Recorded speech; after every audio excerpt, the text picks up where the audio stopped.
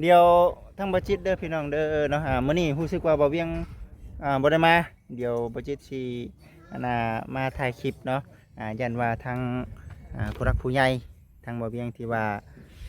ชดช่วยเนาะเพิ่นอยากเบิ่งเนาะในเรื่องว่าณตอนนี้มื้อนี้ทางสร้างเพิ่นเฮ็ดอยู่พี่น้องเอ้ยเนาะโอ้ยังมีประโยชน์อยู่ได้ไม้อ้อยไฟ ยังมีประโยชน์อยู่ไม้อ้อยไฟสบายดีเพื่อนจะเป็นพวกเราสบายดีสบายดีเฮ็ดจังไดสิเฮ็ดหยังต่อบัดนี้เฮ็ดนี่นะซอยก็หักนี่สิแล้วอยู่บ่ล่ะมื้อนี้จังหวะเด้อจังหวะ สร้างคนหนึงคนเดียวแม่นบ่ผู้เดียวเป็นในเรื่องอันนี้เล่าพี่น้องเอ้ยเนาะโอ้เพิ่นมุงได้นี่เนาะเพิ่นมุงแล้วทางนั้นเพิ่นก็มุงเด้อพี่น้องเด้อทางของน้ำน่ะทั้งหัวเพิ่นก็มุงได้หัวก็มุงเรียบร้อยวับเรียบร้อยโอ้มื้ออื่นก็สร้างแก้วเพิ่นสิมีพิธี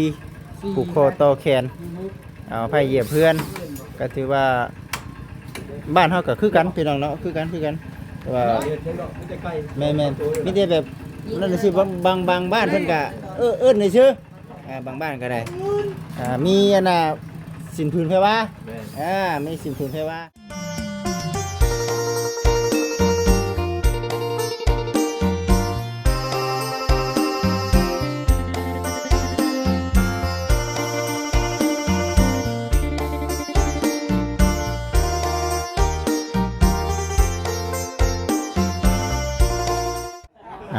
พี่น้องเด้อกราบทักทายสบายดีพ่อแม่พี่น้อง FC ทุกท่านทั้งฝั่งลาวฝั่งไทยทั้งต่างประเทศพบพ่อกับบ่จิตคือเก่าเส้นเดิมเส้นเคยมีทางเพื่อนมีตู้แก้วเนาะเพื่อนน้องแต่ปัจจุบันนี้ก็กำลังสร้างพี่น้องเนาะสืบต่อเพื่อนมีตู้เพิ่นเนาะเพิ่นทักทายสบายดีแต่ไกลมื้อนี้คือมีข่าวดีแท้มื้อนี้ฮะเดี๋ยวทั้งบัจิตเด้อพี่น้องเด้อเนาะมื้อนี้รู้สึกว่าบ่เวียงบ่ได้มาเดี๋ยวบัจิตสิมาถ่ายคลิปเนาะยันว่าทางผู้รักผู้ใหญ่ทางบ่เวียงที่ว่าชดช่วยเนาะเพิ่นอยากเบิ่งเนาะในเรื่องว่าณตอนนี้มื้อนี้ทางสร้างเพิ่นเฮ็ดอยู่พี่น้องเอ้ยเนาะเดี๋ยวสิเบิ่งเนาะจังได๋ก็กราบทักทายสบายดีเด้อเนาะผู้รักผู้ใหญ่ที่ว่าชดช่วยในเรื่องทางครอบครัวประตูวันชัยเนาะ สบายดีผู้รักผู้ใหญ่ทางบ่าวเวียงบ่โอ้ความฝันเป็นจริงแล้วบัดนี้เนาะ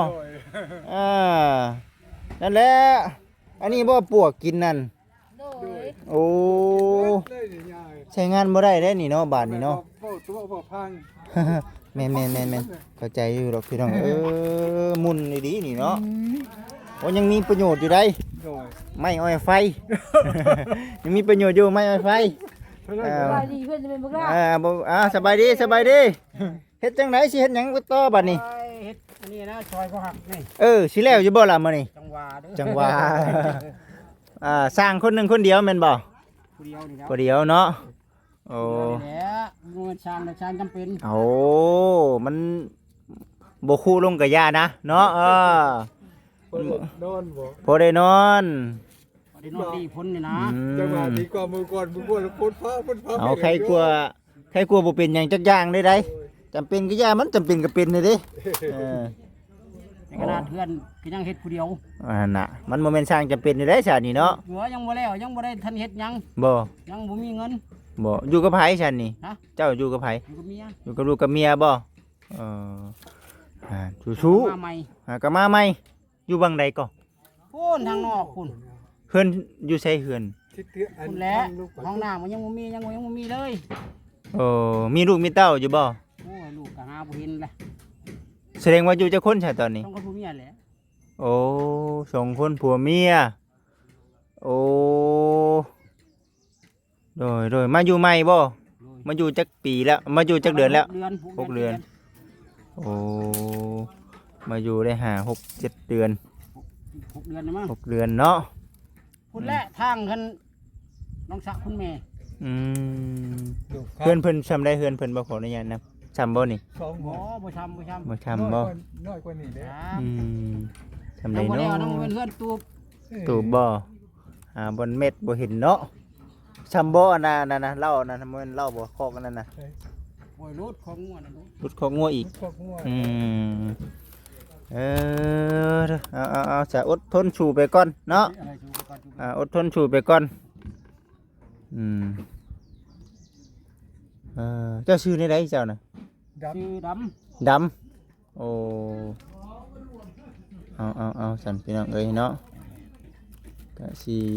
แน่นี่แหละพี่น้องเอ้ยเนาะ ำคุณชูไปก่อนอยู่ว่ะ อดทนชูไปก่อนอดทนชูไปก่อนจักแผ่นก็ 16อย่าง 16แผ่นตามที่เคยบอกเคยว่าเลย โดย อันน่ะทั้งบ่เวียงเพิ่นมื้อนี้บ่ได้มามื้อนี้ บ่ได้มาเป็นไปไส เห็นเพิ่นไปไถหุงไถนาพุ่น เออ แม่นไปว่านข้าวว่านน้ำ เออ บ่จิตก็ว่านรอบเช้าพี่น้องเอ้ยเนาะว่านรอบเช้าสิออกมาตอนรอบสวย โดย ๆรอบสวยจังอันน่ะมาเฮ็ดเวียกว่าซั่นพี่น้องเอ้ยเนาะช่วงเช้าๆนี่เฮ็ดเวียกอันน่ะอยู่ไห้อยู่นา ติดตามอยู่ได้ไม่ติดตาม ติดตามอยู่เนาะ ติดตามเบาเชียงน้อย โอ้ ติดตามเบิ่งลิ้นแล้วบ่เฮ็ดจักนี่เฮ็ดหาเพิ่น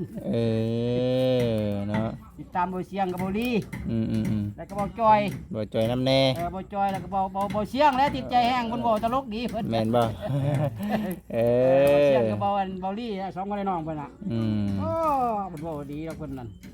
ดีแล้วเนาะเบิ่งไปเฮ็ดคือว่านี่หั่นแหละ ฝนตกแห้งแล้วอยู่คุณแม่ยัง ยังคือกัน บ่ คือกันสิแบบพอดีดินเมืองนะ เออ ยังบ่ลงฮอดของมือหนึงครับแต่ว่าพากันว่านไทย แบบ ว่านกล้าเบิดล่ะ แบบกระทืนเนาะ กระเทิน เดี๋ยวกระเทินนี่ อ่า ผู้ใดกล้าก็ได้แล้วผู้ใดซ่าเพิ่นก็ได้ แม่น ผู้ใดก็ยังบ่ได้เด้ แม่น ผู้นาโคกผู้น้ำก็บ่ได้แล้ว แม่นหั่นแหละเอาขออนุญาตเนาะเดี๋ยวสิถ่ายให้พี่ให้น้องเพิ่นเบิ่งก่อน โดย ถ่ายให้กับ แห้งแล้วบัดนี้ มีเฮงเด้อเนาะ เดี๋ยวถ่ายให้กับทางผู้รักผู้ใหญ่เพิ่นเบิ่งก่อนพี่น้องเอ้ยเนาะ นี่คือลูกโดย คือลูกขึ้นอ่างอยู่ดิ ฮะ คือลูกขึ้นอ่างอยู่ดิตะกี้ดิ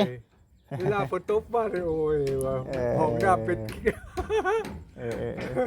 ไปซะไปรอเบิ่งก่อน โดย ไปซะพี่น้องเนาะคือสินั่นนี่แหละเบิ่งดิเพิ่นก็ลุมันได้สองเท่าเพิ่นก็ได้เนาะสองเท่าเพิ่นลุมันปลูกผักปลูกมีอันนี้มันเป็นตู้เย็นเก่าบ่นี่ แม่น เอามาแต่ใช้คือหลายแท้นี่ เรียกง่าย ขอน้ำเวียด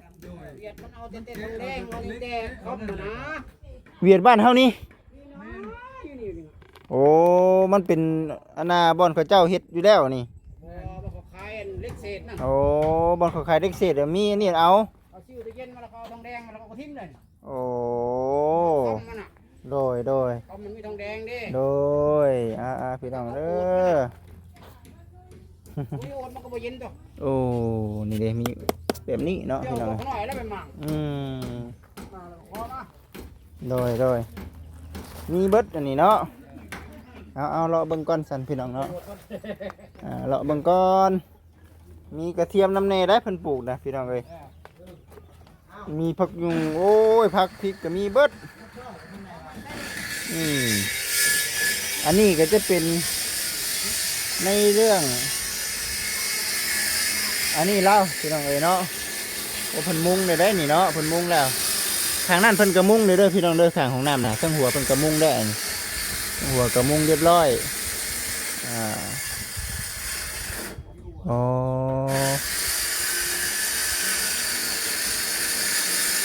กำลังพี่น้องเนาะกำลังนี่เด้เอาดีใจน้ำเนาะดีใจน้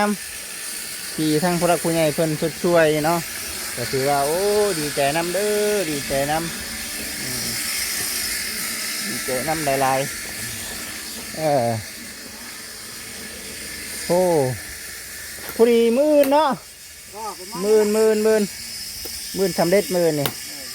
นี่บ่สนิทเอาไปนี่ บ่สำเร็จมันนี่โอ้เก่ง ง่ายมันก็บ่ง่ายปานใด ขึ้ เด้ นทางเหมือน เก่งโพดคำมื้อนี้สำเร็จนะ ฮะ เก่งโพดว่ามื้อนี้ โอ้ยคนแล้ว เอาแล้วซ้ำนี้ก็ได้ มันบ่ง่ายเด้ บ่ง่ายคือว่านี่ ได้ผู้คนแลนาย แม่น เอาสู้ๆเด้อมาถ่ายให้ผู้ใหญ่เพิ่นเบิ่งก่อนว่าเอาสาพี่น้องเนาะก็คือสิประมาณนี้แหละทางประจิตก็ได้มีแต่สิถ่ายรอบๆเนาะบ้านนั่นแล้วก็บ้านนี่ไปบ้านนี่แล้วก็ไปบ้านนั่นพี่น้องเอ้ยเนาะถือว่าได้เรื่องทางสร้างท่านนั้นก็กาดอยู่เนาะก็ถือว่าเอ้าดีใจนํมีผู้รักผู้ใหญ่คนช่วยถือว่าบจิตสิสั่งตะขั่วมาทำขุดกับขุดไปคือดังเนาะขุดไปเอาเบิ่งไปน้ำกันเนาะพี่น้องเอ้ยเบิ่งไปน้ำกันตอนนี้ก็ได้FCผมให้พี่น้องแล้วติดตามรับชมเบิ่งเด้อพี่น้องเด้อ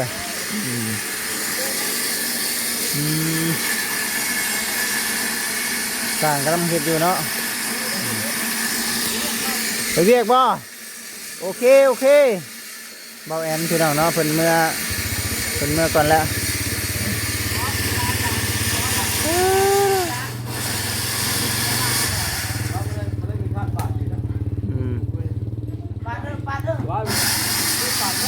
มันเหนียวมันเป็นยาง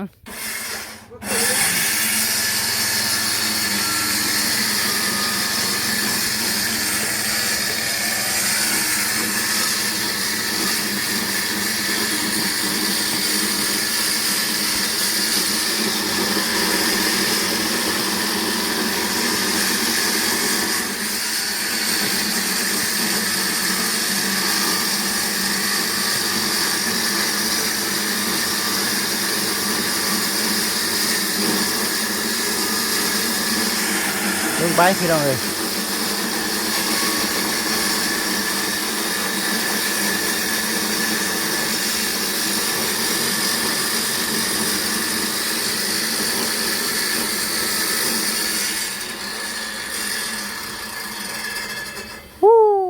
เนาะ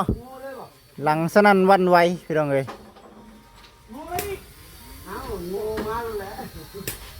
คันบ่มีนี่ก็ชาเติมนึงเนาะบ่ได้ก็เครื่องไม้เครื่องมือเพิ่นมีเด้อสบายพี่น้องเอ้ยเนาะนาทีบ่เอ็นข่าวบอกเอ็นจะได้ไว้กับไม่ฉลาดมาไว้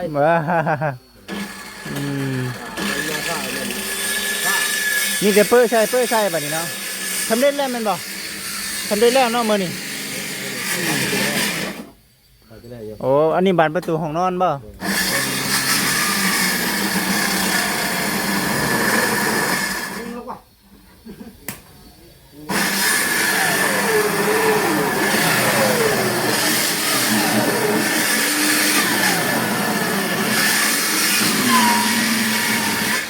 เรียบร้อยโอ้นาเติบได้ขันเอานากบเราเอานี่เนาะนาเติบได้สุดยอดพี่น้องเลยตั้งกันเลยเราบอกว่าเราเอาเล็กๆน้อยเดาเอาแปะอยู่เนาะอยู่ตรงนู้นว่ะเราไปอยู่กันได้เอาเบิ่งก่อนไปสิพี่น้องเบิ่งไปสิเจ้าเหตุการณ์เบิ่ง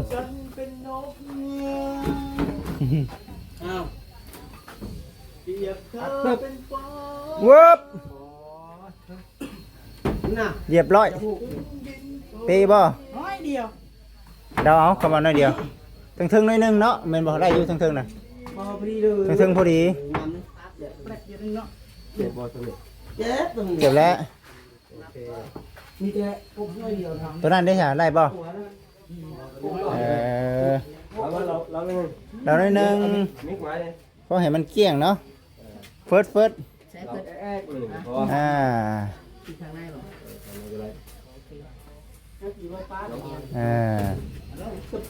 โอ้ในเรื่องอยู่ได้พี่น้องเลยเนาะทำบันทับเลย คือตัวนี้แล้วนี่คือแล้วมื้อนี้เนาะตัวนี้มันสำเร็จแล้วพี่น้องเอ้ยมื้อนี้เบิ่งไปเพียง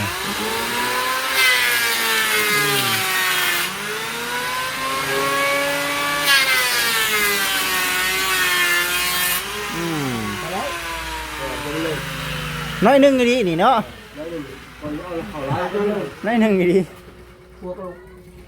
เอ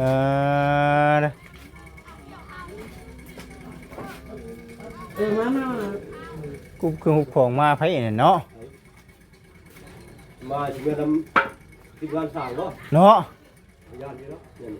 สิมื้อนำบ่บ่ได้แถวนี้เนาะ แกลูกได้มือส่งเนาะ เฮ้ยบ่จิตบ่ได้เอามาชับมื้อนี้ บ่ เออบ่แซนได้มื้อนี้ บ่แซ่บ่ มานำบ่แซนมื้อนี้ ให้บ่แซ่มือส่งฉัน เออห่วยบอกได้มาบ้านดงมังเงียวมีคนกลับไปนำมันก็คักแล้วนี่เนาะเออ ปีนบ่ มีแต่เด็กลืมเว้ย เออ เอา เออ เอาใหม่ โอ้ได้บัดนี้ได้ดบกบเลยกบเลยเออเล่นร่องบ่ให้มันเพียง เพียงเนาะ แล้วได้บาทเดียว มันเหลืองเลย ได้อยู่บ่ได้มันเลย เดี๋ยวมัน แม่นเอาได้พี่น้องเอ้ยเบิ่งไปถือว่าสำเร็จแล้วพี่น้องในเรื่องการใหญ่เส้นเนาะการใหญ่เส้นผ่าสำเร็จเด้อพี่น้องเด้อเนาะถือว่างามมีแต่ว่าสีหนึ่งเข้าสีจุไผอยู่บางใดกะอิงตามเนาะขึ้นอยู่กับเจ้าของบ้านบาด ผู้ได้ไขประตูออกมานี้เนาะเฮาก็สิมีซะหนึ่งเข้าหนึ่งน้ำซะโอ้ลืมเนาะข่อยก็ลืมไข่เบิ่งโอ้พอดีเลยเนาะสบายดีเอ่อ เนาะ งามคือกันได้เรื่องอยู่คือกัน ไว้อันนี้เงินพาเชล่ามามันเรียบร้อยเนาะ มือโซตกซอยกันเด้อจ้ะ ให้หายใจเน้เนาะว่าซั่น เพราะมันได้กินแล้วมันได้กินแล้วมือตกซอยกันมือยะ คอยเฮ็ดมันจังอันนั้นได้อยู่นํกันหลายมื้อเนาะมันจังได้อยู่นํกันหลายมื้อ เยอะแล้วไว้ว่ะ คอยเฮ็ดไปเฮ็ดไปนำแล้วก็แย่งไปนำเรื่องเลยเนาะ เอ้าถ่ายคลิปอยู่เนาะเดี๋ยวนี้ สบายดีใช่ไหม ลองขอให้นะพี่บางคนกล้องกัน คือได้บ่วอดเด้อโอ้ยเนาะตรงนี้ที่ว่าตลกเนาะ แม่นเบิ่งไปพี่น้องเอ้ยเนาะเฮ็ดไปเรื่อยๆเนาะทางนั้นก็ได้ คือไผ่เนาะ บ่คือไผและก็บ่มีไผคือช่องสว่างเนาะพี่น้องใครบ่ได้กินนี่ บ่ได้บ่ เด้นี่แต่เจ้าบ่ใช่งูทางนี้ จ๊ะอี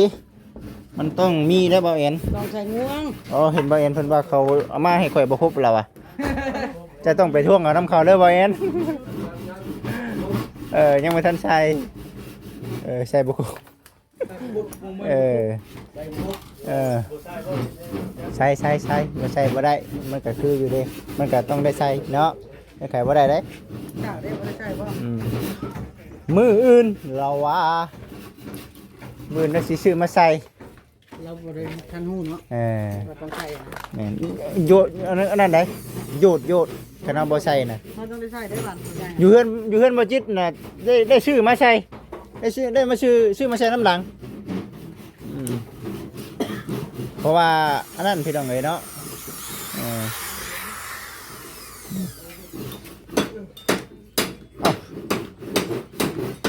มันยังบ่ทันได้สำเร็จเนาะบ่ชงเนาะเอาให้ตรงกันเลยเหรอตรงแล้วตรงแล้วFC อย่าเว้าเด้อพี่น้องเด้อเนาะว่าเบิ่งคักเลยนะ มันบ่ได้ยากเนาะนี่เนาะจิ้มใส่นี่พี่น้องเอ้ยโอ้เอาจิ้มเขาก็ได้อีกบ่นี่คำดำคืนนี่ช่วงสีข้านอแท้ได้บ่โอ้ถือว่าเก่งดีเข้ามาได้โอ้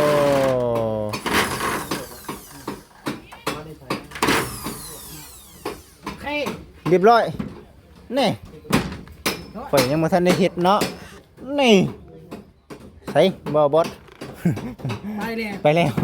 นี่พี่น้องเนาะเรียบร้อยสุดยอดจิ้มใส่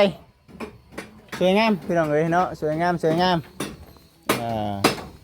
ดีใจน้ำเนาะแล้วไปแล้วแต่ละขั้นตอนเฮาพี่น้องเด้อนะฮะสำเร็จไปแล้วดีใจน้ำดีใจน้ำในเรื่องสร้างเพิ่น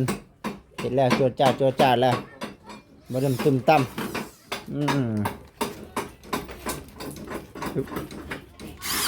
โอ้มันง่ายแท้อันนี้เนาะกดลิฟต์เลยเนาะ คืออ่อนแท้เลยเนาะ ยันตะกาดเดี๋ยวลูกนี้กู มันแหงเนาะ โอ้โห โอ้ปึกกูได้